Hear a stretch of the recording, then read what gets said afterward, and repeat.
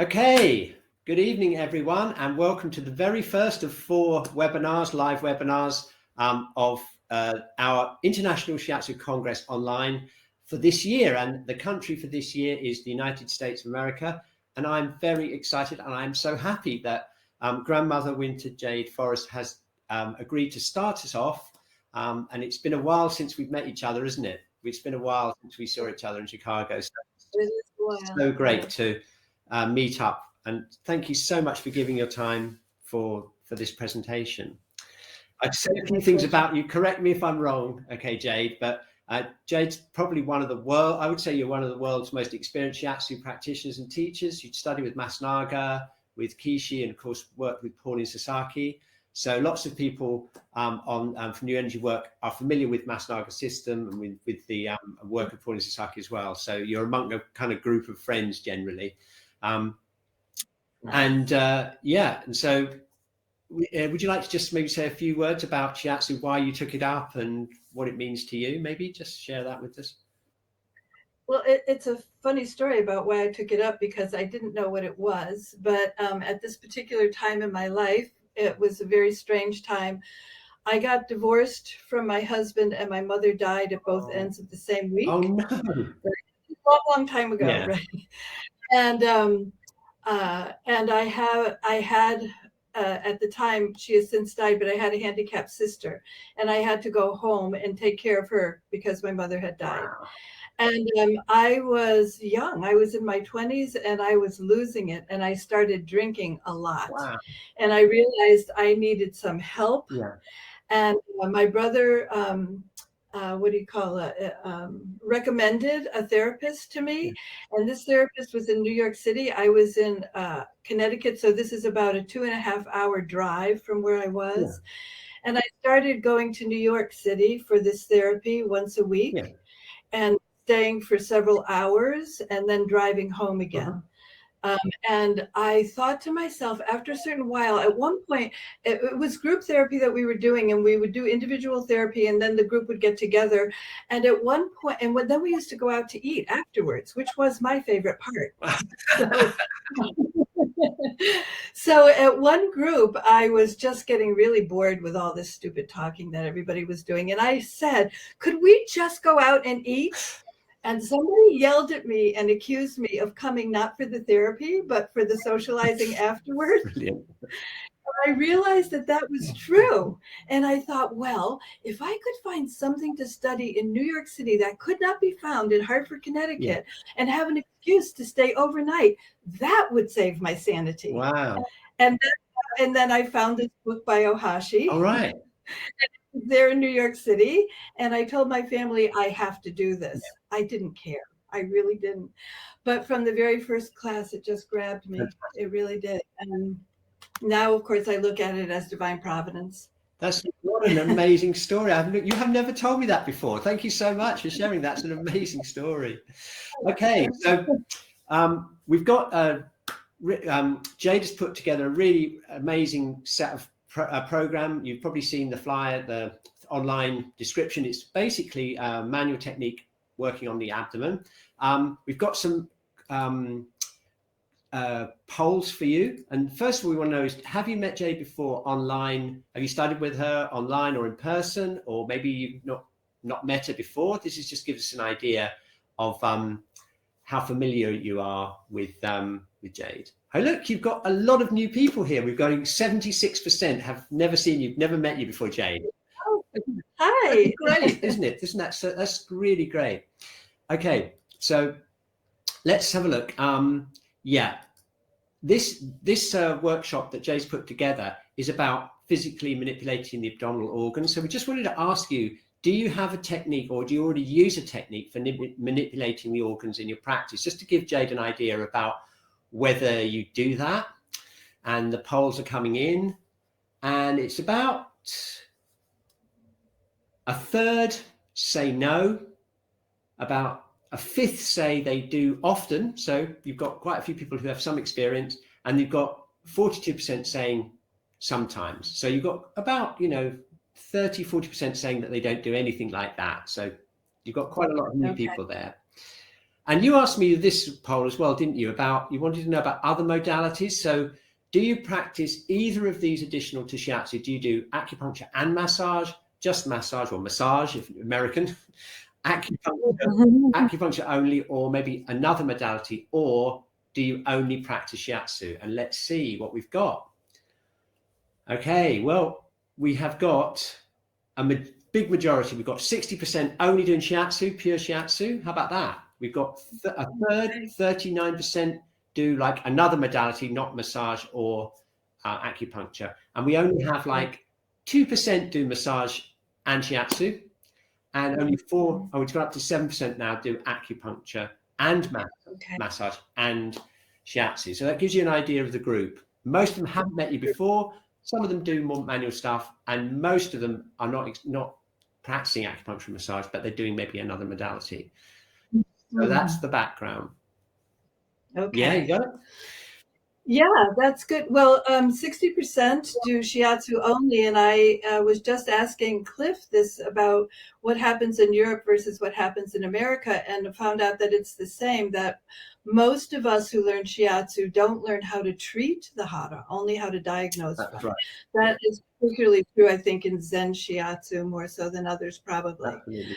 And if you're doing Matsunaga system, it is my opinion, and I think it's more than just an opinion, I think I really understand this correctly, that Matsunaga himself put more stock in treatment of the trunk of the body than on the limbs. Acupuncture is good for just the limbs. Some systems only go from the knee to the foot and from the elbow to the hand. Yeah. But for us, the core of the body, the trunk of the body is really important. So I'm very excited to share this kind of treatment for the abdomen. And yeah, so. Okay, great. So the plan is you're going to do the whole sequence as one flowing thing on a model, right? And then we've got some slides which we're going to share with you as a handout when you're going to break down the 5 different steps that you've done. So we can kind of enjoy and see the whole thing put together to begin with. And then we'll break it down. That's the idea. Okay, good. So I have a hydraulic table here. Let me just put it up where I can reach. And then let's see if we can get that straight. Right, I'm going to stage now. So to give you. By the way, everybody, this is Nathan, who also teaches at the same school where I do. And this is Erin Shea, who will be on the table a little later. Okay, so the first thing we're going to do is just relax the abdomen a little bit. And this stroke here is called the steering wheel. And I will do this as slow or as fast, as long or as short as is needed, depending, of course, on just how you feel intuitively. Some people are extremely sensitive on the abdomen, and then this kind of just easy around in a clockwise direction or the direction of peristaltic movement is enough to relax them.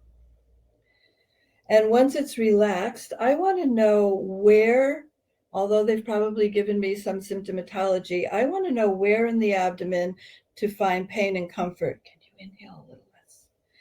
And so I'm going to put one hand under the rib cage. I don't know if you can you get this where you can see that the ribs are popping up? Yeah. So this mother hand will go right here under the rib cage on the right, his right. And then I'm going to palm around.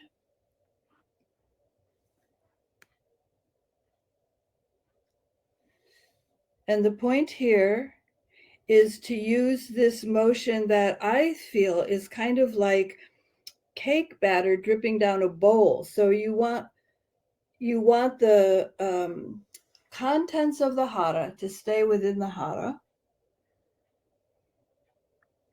And you want to orient your hands so that this is not just a surface thing, but that it actually cradles the organs. Okay, so while I was talking, I wasn't paying attention to where there's pain and comfort, but I would, if I had a client ask when I thought I found it, I would ask to see that I had it right. And Nathan, I think this is the least comfortable place. Yeah, this one here.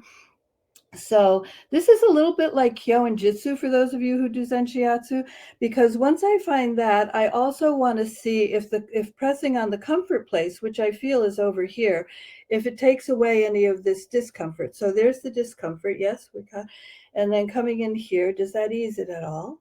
A little bit. A little bit. That's more. That's more. So, okay. So now I know what I'm dealing with. And then I want to just start massaging the organs themselves. And this is called the wave. And this works up and down the abdomen, back and forth.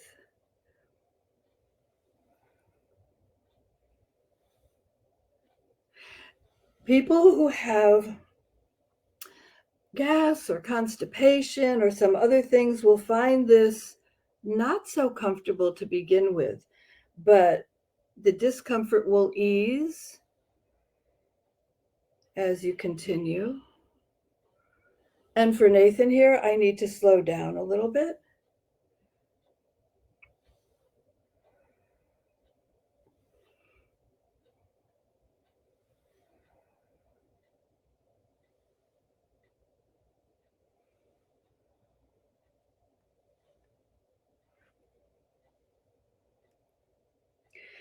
And then I'm going to start working on the colon. So I'm just going to finish this wave up and then back down.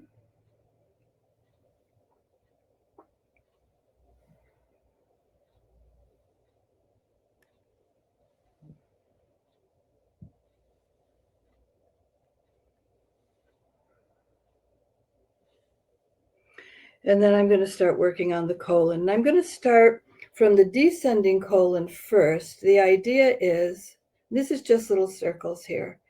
The idea is that you do the descending colon first because in the case of constipation, you want to soften whatever is stuck in the colon at the descending colon first, so that if anything starts to move in the transverse or ascending colon, it doesn't get blocked up by what's stuck in the descending colon.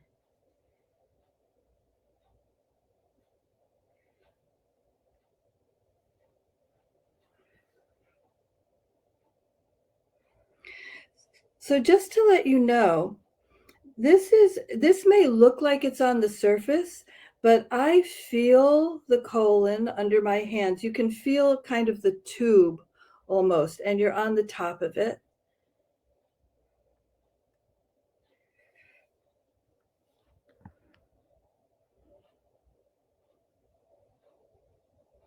You okay? Mm-hmm. These techniques I do check in often with my client while I'm doing them, because I do trust my intuition. I mean, I've been doing this work for decades and I have asked a million questions of thousands of clients. And so I do trust that my hands know what they're feeling now. But I do ask anyway, because particularly if I feel there is pain, you can do, by the way, these steering wheels in between things. And I would probably do another round of that.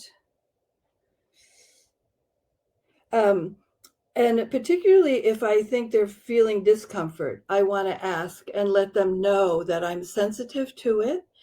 And also try and get them on board if it's feeling scary to them, or that there's pain there in their gut or anything like this. I want to reassure them. I want to find the right words depending on what they say. So I do talk to my clients often while I'm working with them.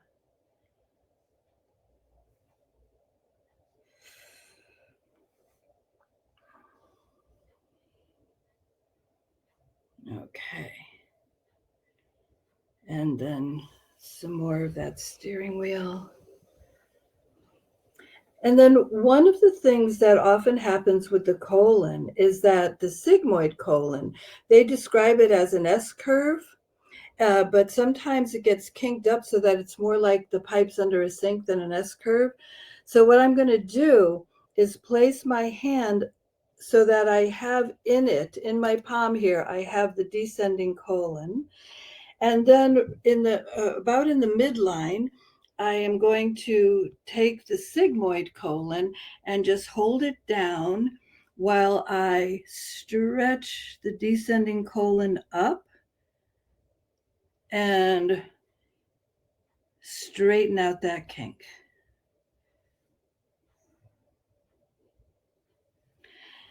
And I will always soothe the belly with a steering wheel in between any time that there is discomfort.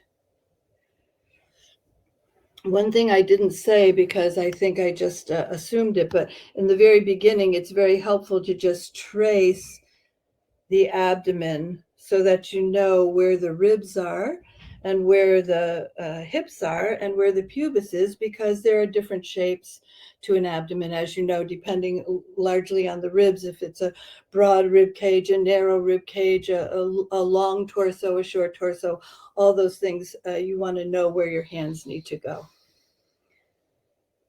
Okay, so that is in brief. It might take longer. Oh, thank you. It might take longer if you're actually doing a treatment. It might take longer to do those things than I just did. But I wanted to show it to you just as a whole. And then I'm going to break it down now and show you each step.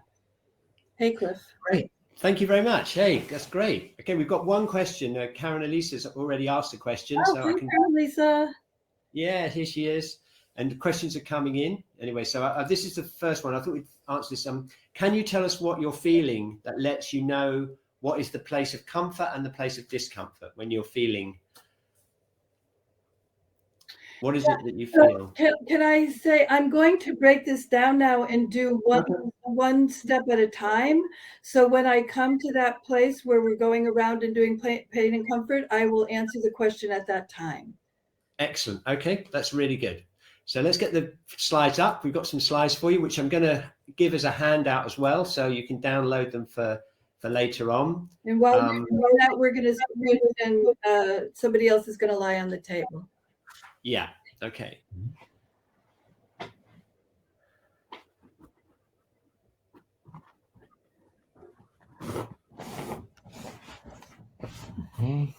Okay, so while they're reorganizing, here's a lovely slide to show you exactly what the anatomy is of the abdominal cavity there.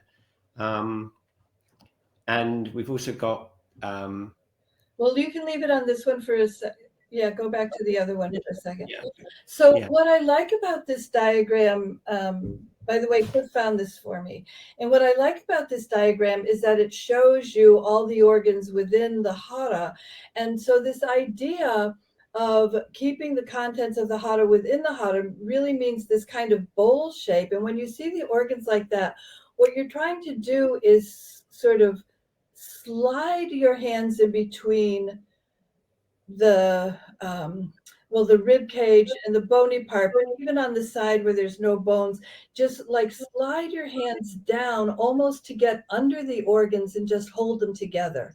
That's the feeling that you want. So you can see all of that there and gives you an idea of exactly what you're going for.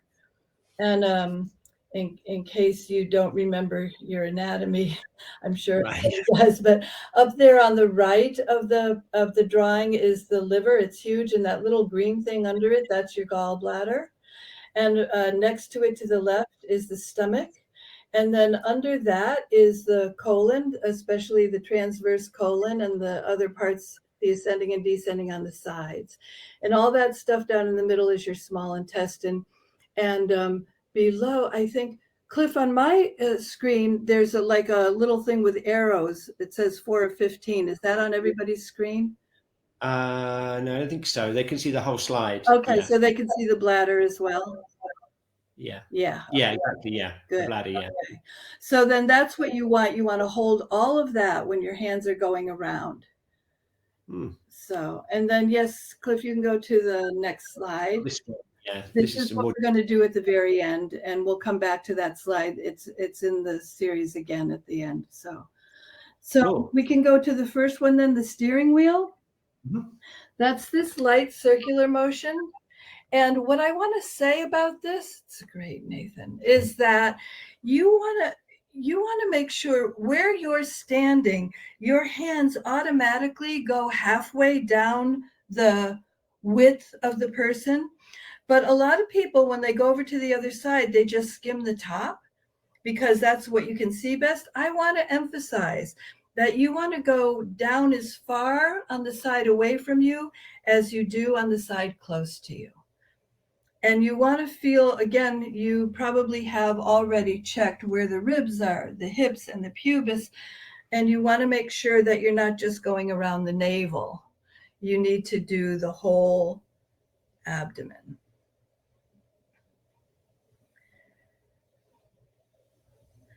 And then looking for pain and comfort. The mother hand, as we call it in Zen Shiatsu, comes under the rib cage on the right. So you are letting your hand slip in between the liver and and also behind the kidney on this side. Even though you don't go down that far, that's your intent. And so the roundness of the palm of your hand feels that thing. And this is another thing about these particular techniques that are a little bit peculiar for a shiatsu therapist, is that you use a broader surface of your hand. We're not going to use any fingertips. Everything has to be flat. So this really sinks in. And then we're going to go around in the direction of peristaltic motion. And so when I go in here, what I'm feeling for pain and comfort is basically just like Kyoen Jitsu. I'm feeling for the reaction at the mother hand.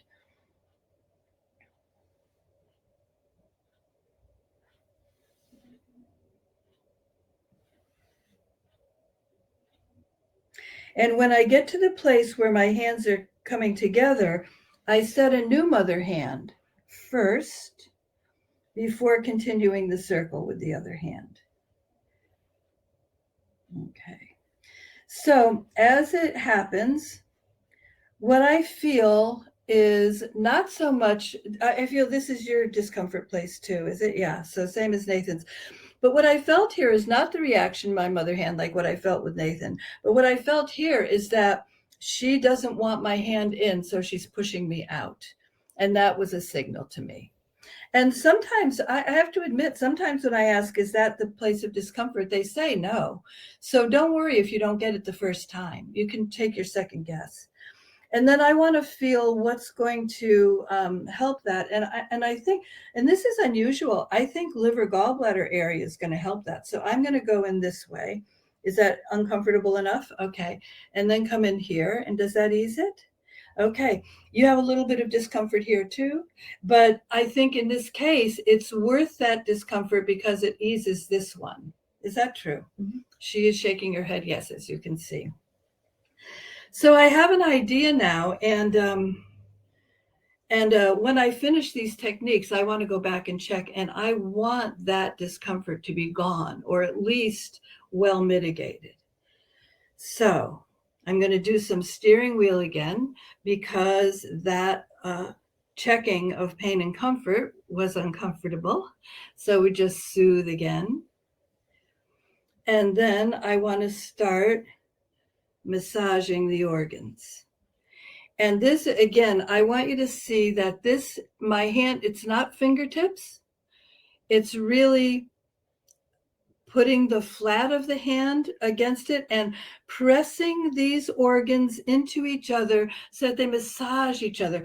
And you know, that's what your diaphragm does, by the way. When you breathe in, your diaphragm goes down and all your organs get sort of massaged. They get pushed together. You breathe out and your diaphragm goes up again, down and up. And that is, this is the same kind of massage, but it's left to right instead of up to down.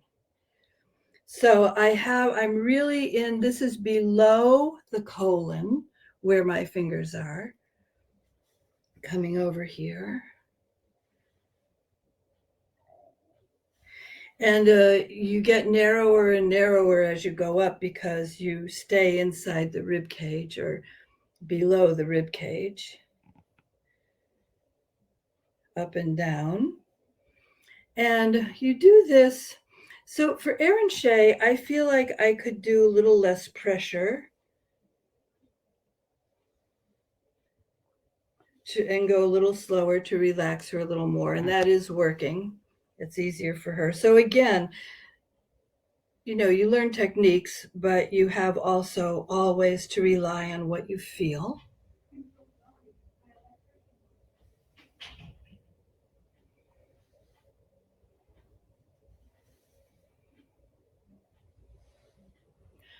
And then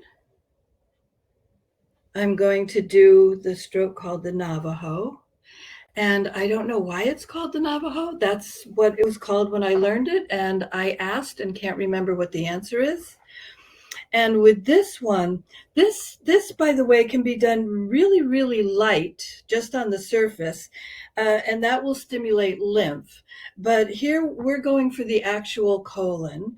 And so I'm going a little deeper until I feel the top of the colon, which is right here. And then these circles on the descending colon, the emphasis is down, around and down. I want to encourage any stool that's stuck or dry. I want to loosen any dry stool and encourage it to work its way through the system.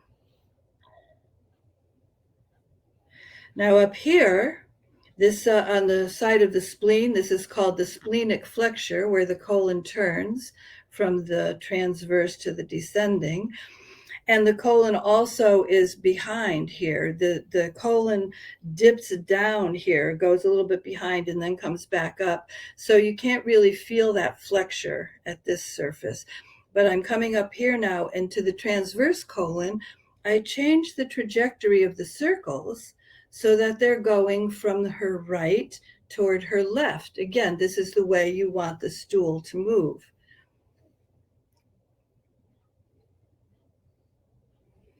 And a few circles at each place, and then you can move on. And once again, notice how flat my hands are. It's not fingertips,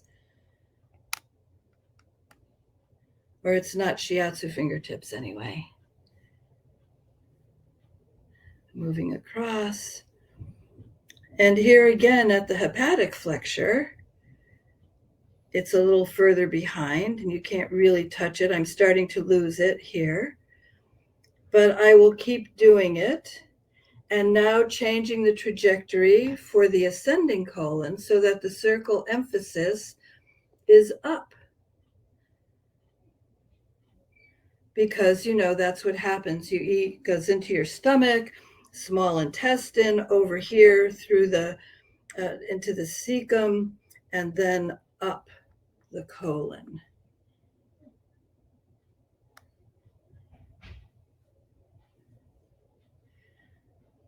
So I misspoke a little bit. It doesn't go into the cecum. It goes through the ileocecal valve into the ascending colon. Sometimes stool will get stuck in the cecum and not go up.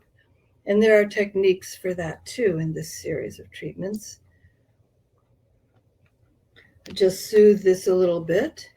And then I want to take any kinks out of the sigmoid colon that might be there. So again, the flat of my hand. Okay, and you can see where that orange and blue part in this diagram, the part that's, I don't know how to, on your right, on the left of the client, but on your right, where that orange goes into that blue color, that is the place where things get kinked. So you see how it makes that nice slow curve. Sometimes that orange part goes up almost next to the blue part, like I say, like plumbing under a sink. And that's what we're doing. We're taking that blue part and we're taking that with the flat of the hand and holding that up, and then taking that orange part and stretching it back down to get any kinks out. And once I've done that, then the main part is holding the sigmoid down while I stretch the descending up. And then we're going to do some more wave. And depending on what I felt and how successful that was, I might do the whole Navajo thing all again, and more wave again, and more stretching again, more wave. Again, this can take as long as it needs to take. And this same thing that you do to check where the ribs are can be done at the end of a treatment as a soothing thing. This feels very, very nice, really. Yeah. Okay. All right. Thank you both. And so we have time for some questions. And I Absolutely. wanted to ask Karen Elisa, did what I describe answer her question about feeling, what does it feel like to feel the pain? She can look out on the track. Yeah, she's put the thumbs up. So yeah, she got the response straight away. Okay, great. Okay, we've got a whole load of questions. Are you ready? I'm ready. Yeah, okay. Claire wants to know, and I'm going to flash them onto the screen. Claire would like to know, can you cause any harm with this technique? So are there any contraindications or anything you want to be careful of? Well, I mean, the contraindications we wouldn't know of unless the client told us. If there was an obstruction in the bowel or something like that, that should be taken care of more with either meds or surgery or scopes, we wouldn't know that unless the client told us. And Right. we may or may not feel that depending on our experience. Sure. So it's, if in doubt, get some backup, I would say is the advice for that. Yeah. Okay, how about this one? This is from Fran. She wants to know, would someone with severe constipation be able to benefit from this technique? Absolutely. Somebody with severe constipation, you might have to do a whole lot more of that steering wheel before you can do anything else. And they might have more pain than either of my models, who each had minimal pain. Or discomfort, if not pain, but they might have more, and therefore it would depend on your client's tolerance for pain, for one thing.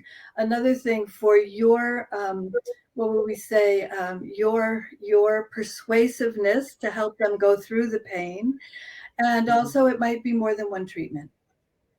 Sure, absolutely, yeah. I must say, I've been encouraged just watching you work. Absolutely, I'm sure everyone will agree who's been watching. It's just amazing to watch you work. It really makes me think. I've already thought of several clients. I thought, why didn't I do this to them? I think I'm going to definitely try this. Right. All right, here's a question from Nadia that's an interesting one. Can you do this on yourself? I was wondering about exactly that myself. What do you think? You might be able to, but I have to admit, I'm the kind of person that doesn't do a lot on herself. I feel like I do this for everybody else. I want somebody else to do it for me. So I get treatments. Yeah. Well, I'm sure, I mean, for sure you could do the steering wheel. And I think you could do the Navajo. You probably couldn't do the sigmoid pull. No, it'd be hard, wouldn't it? But I'm just wondering whether you ever recommend your clients do anything, for themselves once you've done it, just to keep it going, or? Yeah, so this is an interesting question, Cliff, because this is what I want to advise my clients. If I have the kind of client who is already watching their diet, doing exercise, checking every vitamin that they can take, probiotics, blah, blah, blah, then I will advise them, you're probably doing enough. Why don't you just come back for another treatment? And if they're not doing anything, I might give them something to do. But I find the people who ask for something to do are usually the ones who are already doing a million gazillion things. And I tell them, no, you're doing enough. Yeah. Oh, look, here's a technical question. You might have to get one of your models back on the mat to do this, okay? Catherine wants to know, in the wave, do you move towards the center or push across through the whole abdomen? Okay, yeah, so let's do a look again. So what I'm saying is, on the side away from you, you want to get at least halfway down the thickness of the person. And yes, you do push everything into the center. I'm exaggerating. You okay with it, Erin? Okay. Push everything right into the center. And then you kind of let up a little as you come over and get everything over here again to the center. And what happens as you continue doing this time after time and up and down is that you feel that more of the viscera is moving at once. So when you start, you might only feel like this push only moves the viscera this far. But as you continue doing it, it might push everything over to here and then to the center. And then at a certain point, you feel like this push is moving everything all the way to the other side, right? So does that answer the question?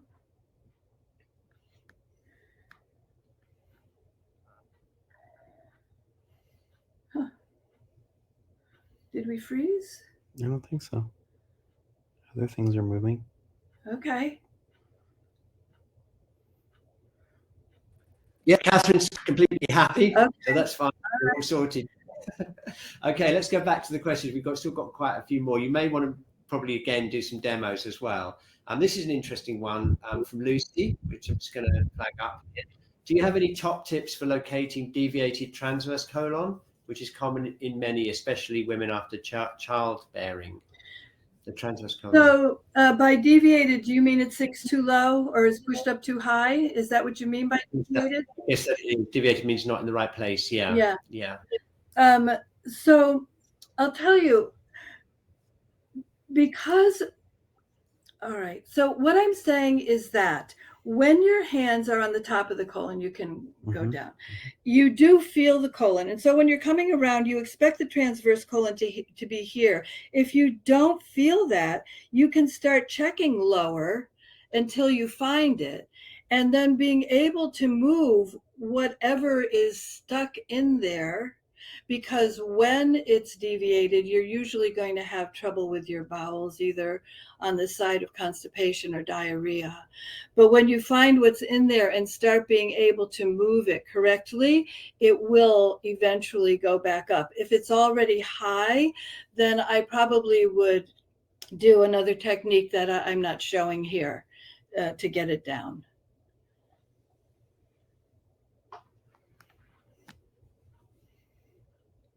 Time to show us.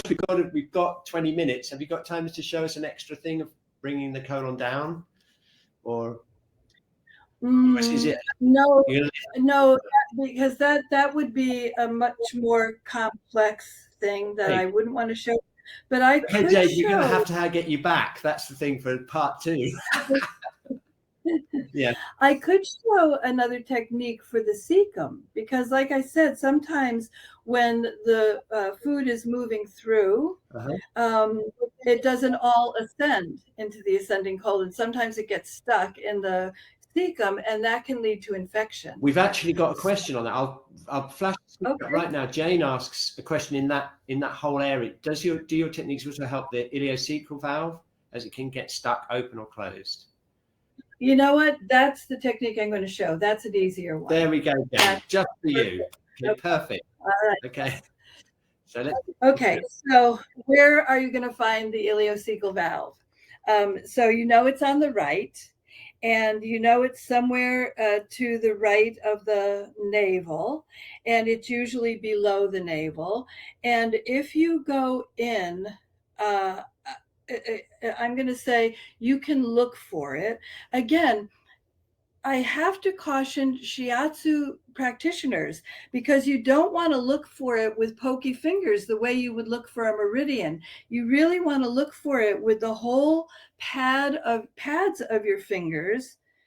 And what you will find, because it is a sphincter, the ileocecal valve is a sphincter valve. And so what you will feel is like a little whirlpool.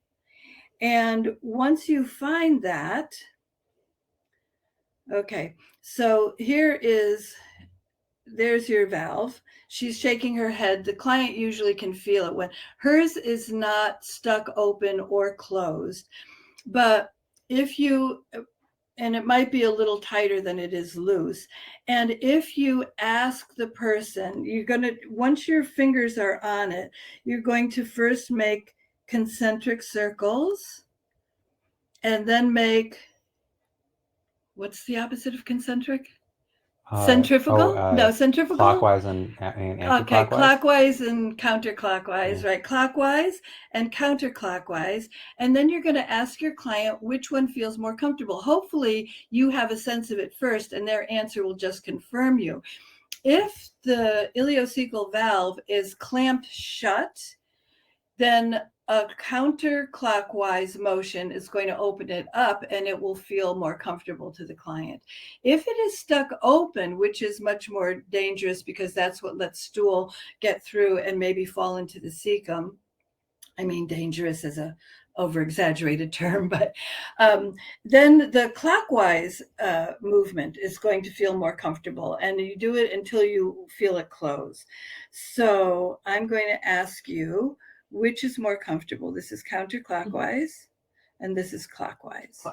Clockwise is more comfortable.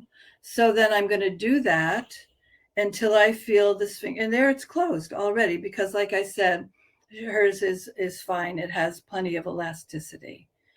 So, and is it less uncomfortable already? Mm-hmm. Yeah. So that's all it takes. That is an easy one. The hard part about that one is finding the middle of the sphincter, right?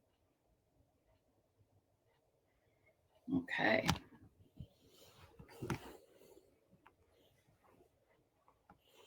Okay, great. Thank you so much. It's so clear. It's really good. Thank you very much. Yeah. And we've got another question here from Linda. Just got one or two more. Here we go. Linda, I think this is this whole comfort discomfort thing you're talking about. Mm-hmm. Is the intention to feel not only the lessening of discomfort, but also a release with the stretching? I'm not sure which she means, which okay. Technique. Does she mean to ask, does the pain and comfort thing have anything to do with straightening out the sigmoid? Is that the question? I'm not sure, Linda. Maybe you can make it a bit clearer in the chat which technique you're actually looking at. While she's, and Basti's on the chat, so he'll flag it up as soon as he sees it. Okay. In general, what I would say is that one of the ideas of finding pain and comfort is for you to be able to talk with your client, because after you've done these techniques, it should be alleviated, which will help. So no matter if it was a kinked up sigmoid or a stuck ileocecal valve or anything else, that whatever you do to remedy those situations has an effect on the whole. And so when you go back to check, there should be less discomfort, if not the discomfort gone. And that is one of the ways that you know your work was effective, for one thing. And it for your relationship with your client, it initiates or consolidate, what's the other word that makes it bigger, your trust factor with your client. Yeah, expands the trust, doesn't it? Yes. Yeah. I must say I do that all the time when I'm working, actually. I think when I started out, it was all very pure and I just went through the routine and didn't say much, but now I'm really in favor of, if I feel something, I'll get the client's kinesthetic sense right in there and say, can you feel this? Yes. And they'll go, whoa, yeah. And then at the end of the session, when you go, now feel it, they go, oh, right. Getting their awareness there, I think can really help, because it just increases their kinesthetic sense. Yes, I agree. And not only does it help the client, but when you say it increases your kinesthetic sense, when you get the answer, whether you were right or wrong, you thought it hurt and it didn't, or you thought it hurt and it did, whatever their answer to you is, trains your hands to feel that thing. Yeah, of course. So. Absolutely. Yeah. Okay, look, here we are. We've got another question. This is slightly off topic in sense from the abdominal in terms of the colon, but anyway. And yes, Gail would like to know, would any of this help with the bladder infection? Have you had any thoughts about treating the bladder? I do treat the bladder, but what I usually treat the bladder for is frequent urination, because the bladder is kind of like a basketball, you can think, and like a deflated basketball, it can fold over, and that makes it smaller. So the thing that I do for the bladder is open it back up. For an infection, I recommend the cranberry juice or see your doctor or whatever. Yeah. Absolutely. Yeah. Yeah. Here's Kim. She's Kim's asking, how do you do this on a pregnant woman? Do you do it on pregnant women? Depends on how pregnant, right? Yeah, sure. But certainly postpartum. Yeah, definitely. Yeah, because constipation and bowel issues can be an issue, can't they? Yes. Yes. Okay, I cool. don't think it's harmful to a fetus, if that's the question. I don't think, but there comes a point where there's just too much fetus to actually get into the organs. Yeah, Yeah. yeah. Oh, it looks like Basti's been answering the question for you here. Linda looks like she's happy. And Jeska tells her that she's practicing the techniques on her dog, and the dog's enjoying it. So that's really great, isn't it? Yeah, animals are really good arbiters of your technique. Perfect. Okay, cool. Okay, great. So we've just got like 10 minutes left. I don't know if you want to do anything else. Any other questions? We'd like to finish up, or maybe we could just review. I'll just go through the techniques review with the slides. We'll take you back. Might be a good use of the time. So here we go. We're into Jade Forest. Here we have. That's a lovely picture. That's an amazing picture, by the way. It's not even me. I thought it was you. It looked like. People tell me it looks like me, but it's not me. Oh, it isn't. All right, there we go. Okay, so this is all on the handout that everyone has got. Most people have downloaded it, and of course, it will be on the online course as well. And so about this, again, this description, I really wanted to do this because we aren't taught in Zen Shiatsu, at least, how to work on the abdomen, only to diagnose on it. And again, it is such an important part of the body. The whole rib cage too, front and back, the whole trunk of the body is really important, but especially the abdomen. So. Absolutely, yeah. And of course, now we know all about the vagal nerve. We know that it sends a lot of messages up into the brain. So and there's really been a lot about that lately, about research linking the functioning of the gut to the mental state. It's a really big hot topic at the moment. So it's right on topic, isn't it? Now, just to get those messages up into the brain via the vagal nerve. Okay, so there we got the anatomy. That's great to see that, actually. So when you're working the colon, you're tracing it. It's actually, you're tracing it down across, it's just slightly lower than the ribs generally, isn't it? When you feel it across there. Yes. And Nathan, if you can put the thing back on the idea too, because the organs are partially under the ribs too. This angle of my palm over here, this little finger angle that goes in, I do want to scoop everything, like I said, but the scooping starts up under here. So this kind of slices in a little bit to go up and get that liver and then curl it down. Same thing with the stomach, curl it down. And the same thing over here with the descending colon. You sort of go under it and then sort of scoop it in.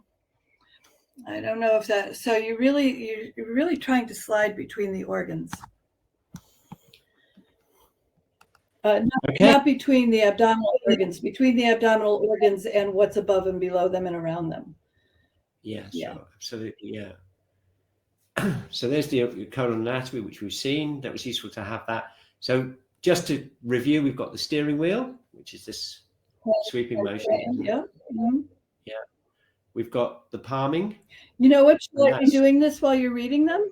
You can show. Yeah, go on. Yeah, sure. Yeah. So here's the steering wheel, and then the palming. Steering wheel palming. Yeah. And then you can just keep going. This is just the wave. And then the wave. And the Navajo. Right, all the way around. And this one, people seem to find this one difficult because the idea of changing the trajectory and getting the descending colon down, the transverse across, and the ascending up seems to be difficult for people. Once they start doing this down, they want to do that down on the transverse and they want to do that down on the ascending. So I just want to emphasize for you, you want to go with the direction of the peristalsis. Right, that's a really good tip. Yeah, it's a really good reminder. And then the sigmoid, which is hold the sigmoid down, stretch the descending up. And this one is the one technique that actually takes a little effort. You really do have to hold that down. Yeah. And steering wheel can be done in between any of them at any time. Cool. Okay, excellent. Okay, and there's the list of things on the handout that helps for, you've got obviously discomfort and bowel movements, you'd expect that, the stools, completing evacuation of the bowels, and also decreasing the sensation of blockage and reducing the inflammatory response by increasing the circulation there. Cool. And actually, the colon has a lot of lymph in it. A lot of our lymphatic stuff is at the colon. So it does reduce inflammation for people who have candida and stuff like that. And because it has an effect on the lymphatic system, it's also good for general immunity. This is really, really good work, abdominal work. It's really... I think that looks great. I wonder if we could just, I'm always curious to know what it feels like. So could we ask your two lovely models just to say a few words about what it was like? Absolutely. Was like? Nathan is holding the camera, so I'll have him turn it on himself first, and we'll let Aaron Shea sit up in the meanwhile. And go ahead, Nathan. Yeah. Go ahead and tell them. Yeah. So I've had a lot of work from Jade, and she's worked on my abdomen a lot. I've had digestive problems for the last 10 years or so. Okay, I can't take center stage. Okay. And yeah, it always feels right, even when it's uncomfortable or painful. And then sometimes it just feels amazing. So yeah, I guess the rightness is the common thread. Yeah. It's good. Yeah. And tell them how it's helped. Oh yeah, it's helped tremendously. I think it's hard to say because it's been 10 years. So accounting for age, I'm probably doing better than I was before I started. Mm-hmm. So yeah. Wow. Yeah. Okay. Fantastic. Okay. Yeah. This was my first time receiving the abdominal. Well, no, I received it in pieces before, but I think it felt a lot like at the end, just revitalized and sort of bright. I don't know if that's a good, it kind of felt like all of the organs had a nice bath. And so, yeah, like there was just this feeling of like clean and fresh and new. Yeah. That's great. Oh, that's really good feedback.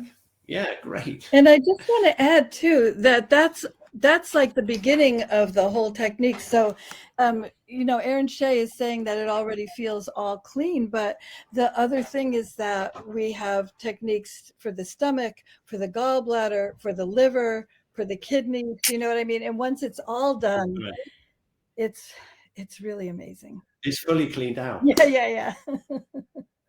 We're going to have to get you back. I'm absolutely fascinated. We really will have to get you back. Okay, we've got one final question before we finish up, and it's a long one. So here's from Jane. I saw a picture of a colon in a colonic hydrotherapist clinic room taken from an X-ray, and the kinks, bulges, folds meant that the path was nothing like the textbook diagram. Yeah. How important is to really search around for the wandering colon, or to what extent do you trust that it's hidden behind something, or so way off course you can't find it, that what you're doing is still effective? That's a really good question, isn't it? Because it's absolutely true. Yeah. So from my point of view, there's nothing like experience. So it is true that colons do not look like they look in an anatomy book, except very occasionally. And once you start feeling, we did the colon, so I can just say, once you start feeling the colon, when your hands are on it, you actually feel, in that, can you put that diagram up again, Cliff? Yeah, sure. The anatomy diagram, you mean? The colon one, yeah. Yeah, I need to knit. Yeah, so you see in all the different colors, you see how it almost looks like little pillow puffs. You can actually feel that. Yeah. When your hands are on top, you feel that. So once you start feeling, you get yourself to the point where you're deep enough and soft enough for your client to take it. If your hands are not soft enough, if your hands are not flat and the pads of your fingers really soft, they're going to have to tighten up against you, and it's harder then to get in. But once you get that down and you start really feeling that colon, you are going to be able to follow it. So if it's off its track, you're going to find it. Yeah, absolutely. I think that's definitely true. That's from my own experience. That's absolutely true. Yeah. I tell you what, we're going to have to get you back in the autumn, because we're going to do a 5-week series on treating the abdomen with Philippe van der Biele, who's written a book on Ampuka therapy. So it'd be really fascinating to get you guys together and maybe get you working together. That would be so interesting, because it's obviously got so many more techniques than we can fit into one webinar. Right. So I just need to finish up now. Jade, it's been fascinating, and I can't wait to get my hands on my next client that's got some kind of valve You have to going let on. me know how it goes. Yeah. I definitely will. Yeah. So here we are. You've got the handout, and it'll be on the online course. I'm just going to describe how it all works, because we had a few emails of people who really want to know how the whole thing works. Okay. Basically, New Energy Work, we produce all kinds of online experiences all through the year, and we've been working since 2000. So we've been doing it for 23 years now. Each year now we do an international congress online, which we open up free. It's free to the whole worldwide Shiatsu community, and it's basically funded by our subscribing members that we have enough of to keep the show on the road, the lights on the road, and the platforms running and everything. Okay, and what we do is we put all the webinars and everything together in an online course. So if you want to get the CPD points, you can take some quizzes, watch the videos, or see the live events and look at the other resources, and then take some quizzes, and then you can get some CPD points. And that's kind of like a free taster of all the other stuff that we do for our members and for the international Shiatsu community. So that's how we fund it. We fund it through our subscribing members. Many of you on this webinar, I'm sure, are one of our members already. So thank you very much. This is your gift to your yearly gift of 1 month to the Shiatsu international Shiatsu community. But if you're not a member and you know it's not right for you, and you still love the ISCO, then you can help us out by optionally donating. And there's going to be a link in the email that comes out, so you can just help us along with all of our work. So you'll see a donate link when the email comes out with a link to the recording. So if you want to watch the recording again, or maybe I'm talking to someone who's actually watching the recording, of which there will be many, I'm sure, because we've got over 400 people signed up for the ISCO USA so far. And on behalf of all of us, Cliff, I want to say thank you. This is a great service you're offering. Thank you so much.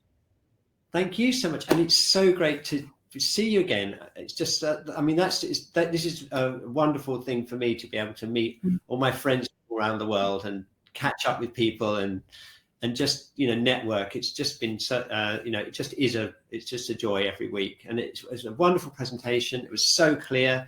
Fantastic slides, fantastic diagrams. Yeah. Okay. And that's it. We're out of time. Okay. So, and next week we've got Michael Diagro. He's now a college professor. How about that, Jade? I can't believe it. He's now a college professor, and he's really interested in some of the latest discoveries about the classical Chinese texts, Chinese medicine. So that's going to be another contrasting. I'm sure it'll be absolutely fascinating. He's a great friend, isn't he, Jane, of yours? Yes, yeah. And so it'll be lovely to see him next week. I hope you can make it as well. Okay, so thank you very much for taking part, everyone. Just going to go back to the chat. If you'd like to put a heart in the chat, there's already a massive string of hearts in the chat. Oh, nice. They've obviously really enjoyed it. Okay, I'll let you go. Thank you so much. Yeah, thank you so much for your wonderful models and all their help as well. Thank you so much. Thank you. Really appreciate it. All right, bye-bye. Yeah. Great camera work as well. I love the camera work. It was really good. Yeah. Cool. Thanks a lot. Bye-bye. We'll be in touch soon. Bye. Bye.